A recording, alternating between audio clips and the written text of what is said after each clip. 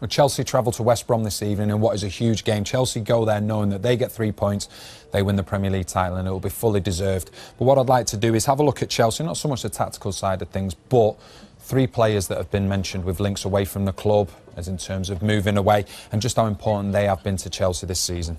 I think first of all, if we look at Diego Costa, he's gone back to the form that we saw of him 2 seasons ago, where he was absolutely fantastic when he first came to the football club, and the way that he plays the game. So if we put him higher up the pitch, obviously we know that you have Jakob, just move him out. Wait a second, we put Costa there. So basically what you will find is that Diego Costa, he's a centre forward that he will drop deep at times, creating space in behind for runners to get into, the likes of Pedro, the likes of Hazard. You've got the 2 wing-backs that love to get forward as well. So what you see with Diego Costa, for example, is we see him dropping into these areas. Problem is then the centre-backs, what do you do? If you go tight with him, then there's all that space in behind. If you don't go tight with him, then it means he can turn.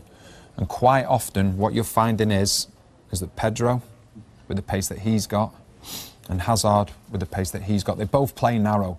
And the problem then that the 2 full-backs have is that they, at times, can get dragged out because you've got Alonso that flies forward down that left-hand side and Moses down this right-hand side. Put him back over there, drifted over, and Moses over this side. And the problem that you have then is the full-backs can get dragged out, and that's where these spaces then become very relevant for Chelsea. Hazard and Pedro in particular using their pace to get in behind, and we've seen it time and time again this season. Costa dropping deep, and then Hazard, Pedro, Willian, whoever it may be, looking to get him beyond, and it's been so successful for them. Now, there's another player I'd like to take a look at as well, and that'd be Cesc Fabregas. He's been fantastic when he's been used this season. He could get to the end of the season and think that he wants to move because he's not had enough game time. The way that he plays the game, if we talk about Diego Costa, we talk about him just playing about here, we talk about the likes of Pedro, we talk about Hazard. Now, what you do, you then move Matic up to a certain extent. He'll be doing the more of the defensive side of things. You can move Rondon up, and then these players. Moses, obviously, he'll be going forward. Alonso going forward as well down this side. And they near enough make up a back 4. If it's Kante, we know that it always, more often than not, ends up with a defensive 5 and an attacking 5. Now, the beauty with Fabregas, what he's got, he always drifts into these areas just here.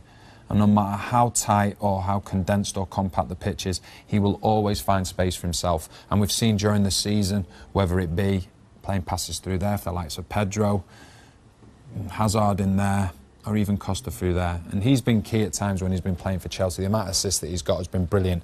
But it becomes a team ethic because we talk about the likes of Pedro, the likes of Hazard. With them stretching the game, that creates more space for Fabregas, so it's a knock-on effect. And then the last one to look at, I think, I would say, is Hazard. He's been sensational again this season.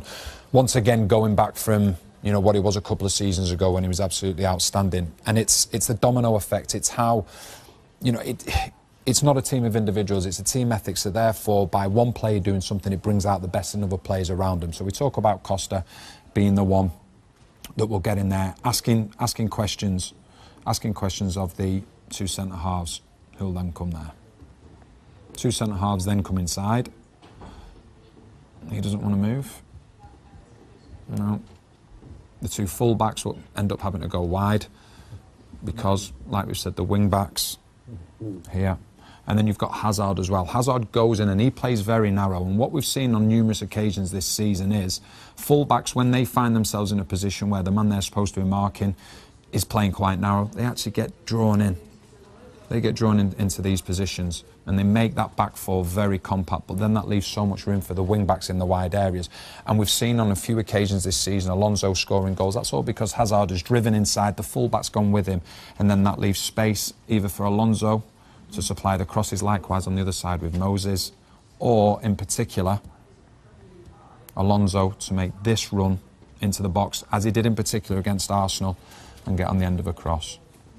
So we've mentioned Diego Costa, we've mentioned Hazard, we've mentioned Fabregas in terms of how important they are to the football team and the effects that would happen if they did leave the club at the end of the season, because as much as there's individual brilliance within this team, the way that Diego Costa works, Hazard works, and Fabregas when he's playing, it all works really well together. So one creating space for the other, the movement of one creating space for others to come through. Fabregas being afforded the room just in front of the midfield because players are willing to make unselfish runs, and it's been key to Chelsea this season.